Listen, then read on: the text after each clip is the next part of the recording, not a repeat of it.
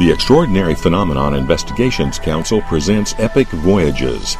Come join us as we enter and experience the great mysteries of the world with tonight's host, Laurel Tague.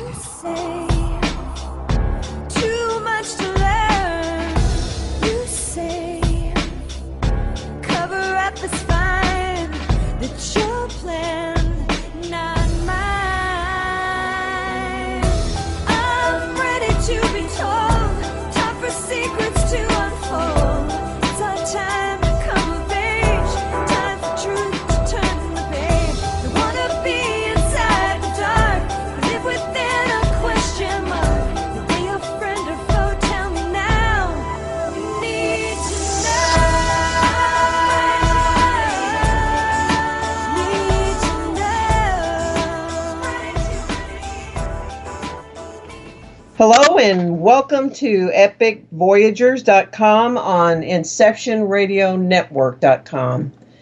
This is Laurel Tague, and happy Memorial Day, first of all, to all of you out there in the U.S. And thank you, all of our service personnel, for giving so much to us. Tonight's guest is James O'Con. James has written a book called The Lost Secrets of Maya Technology. And I think that you're going to be extremely interested in everything that he has to say about Maya technology. Okay, let's start. James is an author, a lecturer, and an award-winning professional structural engineer. He is actually the originator of the term technolithic, which I'm going to ask him to explain in just a little bit. James has explored and researched Maya technology for 40 years, combining his talents as a forensic engineer with archaeological field survey evidence to uncover the lost technology of the Maya. In 1995, he surprised the archaeological community with his discovery of a lost landmark of Maya engineering. He actually found what is left of the supports for the longest suspension bridge in ancient history in the Yucatan.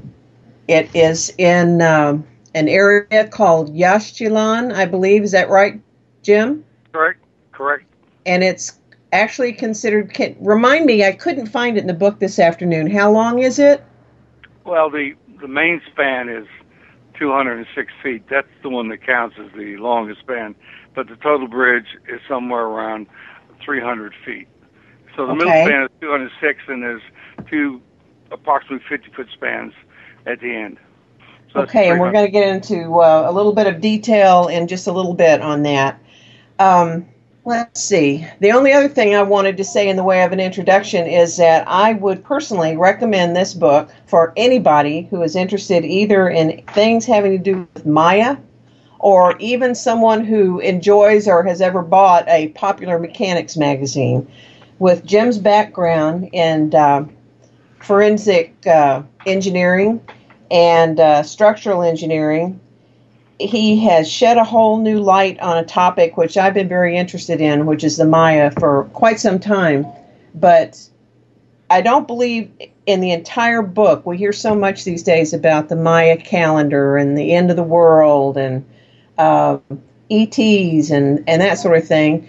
This is a down-to-earth, you can actually see it, touch it, and confirm it with real science, and yet it has so much to say about the Maya that brings to mind the question, really, how come that they were living with no metal tools, no draft animals whatsoever, in part of the hottest area of the world, where half the year they were either getting belted by hurricanes and floods, and the other half of the year they were living in a virtual steamy desert, either steamy rainforests that were drying up or desert.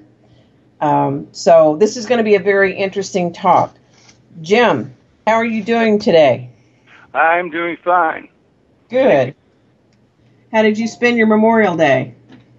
I'm giving a talk to my granddaughter's Spanish class tomorrow on Maya technology, so I'm preparing a PowerPoint. Oh, that sounds great. So that's, is it about your book? Oh, it's about the same subject. It's about the Maya, how they got so smart, what they invented, their sciences and their technology. Well, that's great. Are you going to post that on your website? Yes, I think that's a good idea. Let's give a plug to the website. Jim's website is www.theoldexplorer.com, and I bet you're not all that old, but I love the name of your website, theoldexplorer.com. We'll put that in the chat room so everybody can find it. So, Jim, the Maya, could you briefly describe exactly the geography we're talking about? I know it's south, way down in the south end of Mexico, and it's not as far into the northern part of South America and Central America. Can you describe it? Yes. It's part of the general area known as Mesoamerica, which is like Middle America. But they're in the very south of this amoeba-shaped area, which extends like from Honduras, which is just below Guatemala, up to north of Mexico City. But the Maya zone is down in the very southern end, and it would start in Honduras and extend all the way up to, if you imagine the Yucatan Peninsula as it sticks out and just draw an east-west line across the northern part of the Yucatan, you would transcribe the Maya zone, which would be that point down to Honduras. And it's about 125,000 square miles. It's a pretty good chunk of territory. Okay, 125,000. You've got a great map in your book, and this is a part, if those of you who are used to looking at the map of the Gulf of Mexico when they're talking about hurricane season, you get up into the Gulf of Mexico and it sort of makes a great big, almost a full circle, and then there's this little thumb that sticks up from the southern part of Mexico before you get into South America, and that is the Yucatan, right? That's correct. Okay. Well, below that is what's called the Mid-America Isthmus.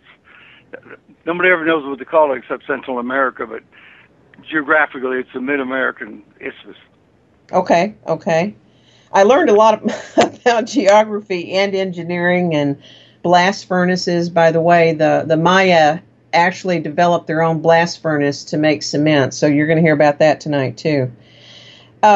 Jim, why is it that so few actual records survived the collapse of the Maya culture? And tell us when they actually started. I know their heyday was between 250 and 900 AD. Is that right? That's correct. That's the classic period. The classic period. And at that time, about how many people actually lived throughout their country? They had a population, it varies.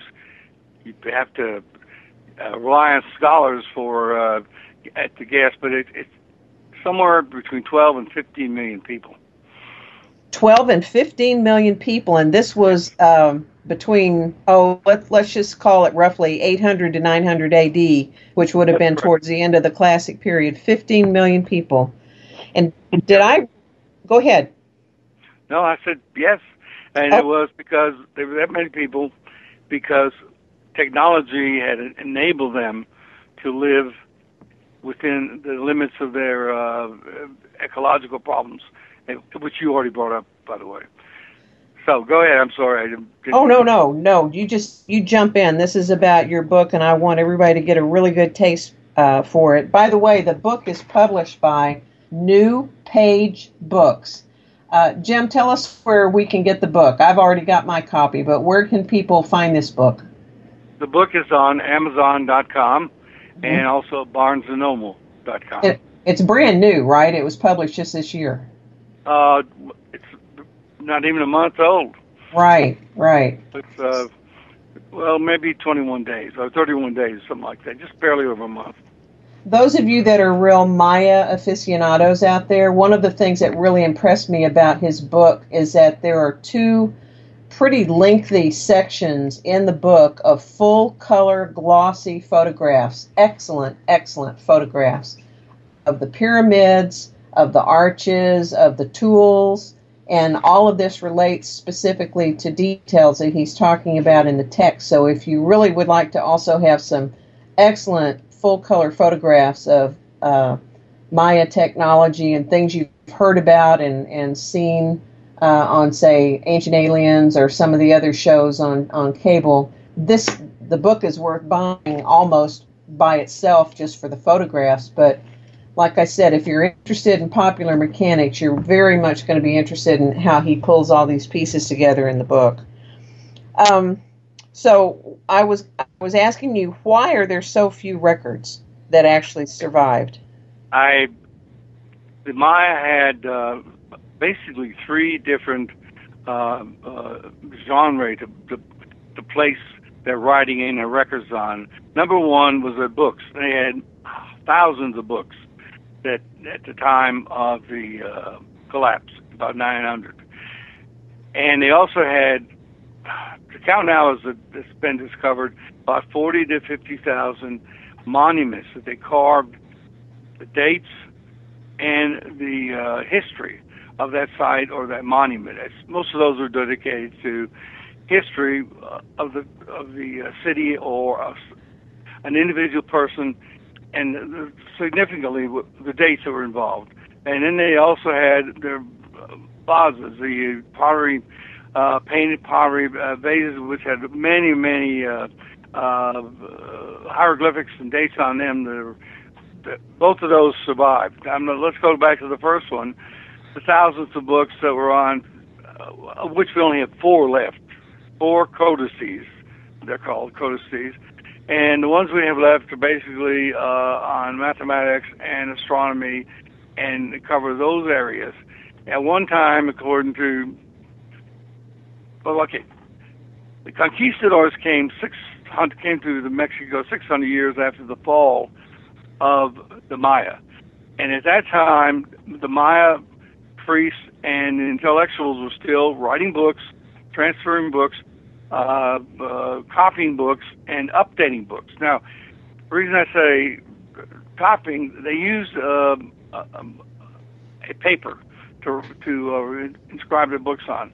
And you can imagine after 600 years, when the conquistadors came in 1500, the Maya civilization, the big civilization, it already collapsed, but the customs and the ritual continued. And the books were kept up to date. The astronomers were still posting almanacs of eclipses and Venus and periods of different planets. So when the conquistadors came and they brought the Spanish Inquisition and the priests with them, they burned all the books and killed the priests. And anybody that could anybody that could write the Maya hieroglyphics, or they took out the people that could read. But with most people, that was about 1540 to 1560. But people don't realize is the Maya did not go quietly. After that, it took another 150 years to subdue the Maya. The last Maya stronghold, which was a city and on a lake in Guatemala. The city is called Tireless. I just couldn't remember the name of it. Lake Flores Lake. That's what they call it now, anyway. Lake Flores. And these, at that time, there were still books. They were up to date. This is 150 years later. Books were up to date. There was the intelligentsia. There was literacy. And the Spanish, again, did the same thing because the Inquisition was still going on and destroyed all the books and put to death everybody that knew how to read or write. And you're thinking, whoa, that was a long time ago. That was in 1697. Harvard was 63 years old then. Harvard was already established in Boston, okay? And Yale would be started 7 years later, and we've become a nation 75 years later. That links, the Maya and their strength to our timeline very closely. That's amazing. I mean, that really is amazing. That's what happened to the records. Okay, and we had 4 books. One was found in Mexico in Chiapas, and the other 3 were found in Europe during the 19th century, and they were like war booty that was brought back from by the conquistadors to their family or just souvenirs. Wow. So when the Spanish arrived down there, despite the fact that they found actually structures that the pyramids or the ziggurats, they found paved roads all over the country. Go ahead. No, I said yes. I'm sorry. Go ahead. Oh, that's okay. Despite all of that, they said, "Oh, these are ignorant pagans, and whatever it is that they're reading and talking and whatever, we're going to destroy it because we want them to do it the way we want them to do." Right? That's correct. But wait, they wouldn't only do it like I do it. They believed they were works of the devil. The books were works of the devil, and these pagans, because they, of course, had their own god system, were to be dealt with in the way you do all pagans, put to death. Wow. So if you didn't convert, that was like a signing your own death warrant. Well, my part of my background, a large part of it, is in math. So I'm going to take this discussion off. It's not really a sidetrack, but I want to jump into the number system. I know that almost everybody knows that the Maya were skilled astronomers, and they know about the calendar system, and it went out for tens of thousands of years and predicted things with great accuracy. But I was very surprised to find when I read your book that the Maya actually were one of the earliest cultures in the world that we know about to incorporate a true zero in their number system. And that it was also based on 20, just as ours is based on 10. But that zero, and I understand from, I think in your book, you said that they believe that perhaps the use of the zero actually came from the Olmecs who preceded them, and they had collapsed, I want to say, was it 600 BC when the Olmecs were gone and their culture had collapsed? That's correct. Okay, so now we have the Maya who were using a true zero and a base 20 numbering system, and it wasn't all about calendars, was it, Jim? Oh, no, they used it for mathematics. In fact, in the book, you notice there's a page of their typical 1 to 20 numbers count. And then I do a mathematical problem, which is simple. It's just addition, but they added things up just like we do. I say things because their symbology for mathematics had only 3 symbols. Well, we have 10. They have a dot, a bar, and almost a shell-like symbol for zero. A clamshell, right? Don't they call it a clamshell? Yeah. Well, I've just heard it called a shell, but okay. You make it anything you want, but and it's odd because all the other cultures, the Indians, the Chinese, the Arabians, and the Europeans all use an empty circle, just like the Maya, and they totally did this independently of each other. Well, except for the Europeans. Well, I did a little homework on that, and I looked up and found that I always thought it was the Arabs who first had zero, and I was wrong. It's actually the Hindus that first showed zero, and then they shared that system with the Arabs, and it's called the Indo-Arabic numeral system. But then I found Chinese were using counting rods that included a zero, but the date on this, folks, is 4th century BC. 4th century. Now, if the Olmecs culture was gone by 600 BC, and they had been using a zero, and the Maya picked it up from them, who had the zero first?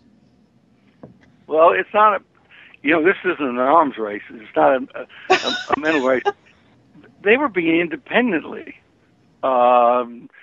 formulated and mathematically calculated in the New World. We'll call ours the New World, okay? And also in India who really had, they developed around 458, I think, a real zero. Now, I'm not talking about a placeholder, I'm talking mathematically using zero in their mathematics, not just the placeholder. And then, there was actually, I think there was a Persian right around the time that you just mentioned who wrote one of the first arithmetic textbooks and explained how you get numbers that are negative because they're below zero. Exactly. The Maya used that concept when it went backward in time. They had zero as their dividing line. Let's call it that. But anyway, you're right. The Arabs got it from the Hindu, or Indians, we call them now, in about 733, and the Europeans caught on about 500 years later when an Italian mathematician derived it from some Arabic text. So the Europeans actually didn't invent it. They got it from the Arabs, who didn't invent it, but they got it from the Indians. I'm sorry, I can't call them Indian, but Hindu, who actually did develop on their own the concept of the number zero. We've got a question. The chat room has really been, somebody's burning up keyboards out there in cyberspace, but we have a question, Jim. Do you think that Lake, now I'm not an expert at Mayan pronunciation, at Lake Atitlan holds the secrets of these lost Maya cultures when they were worshiping the gods? It is Atitlan. You did right. Okay, good. I've spent the last couple of years, I've spent time there with friends on the shores. There's a city, a Maya city, that's right at the end of the lake, the northern end, that's actually underwater. The lake has risen and covered up this town. I was speaking with a film producer who's just made a documentary about the city and how it got buried underwater anyway, and what archaeological finds they have there, etc. But there is secrets down there, and part of them are going to be revealed in this documentary. But I've seen pictures of the ruins of the buildings, and a lot of artifacts that were recovered from the lost city. Wow! And when is that documentary coming out? Well, he came to the book signing last week, and he said it's due out the end of this year. So let's see. Oh, that's really exciting! I can't wait to see that.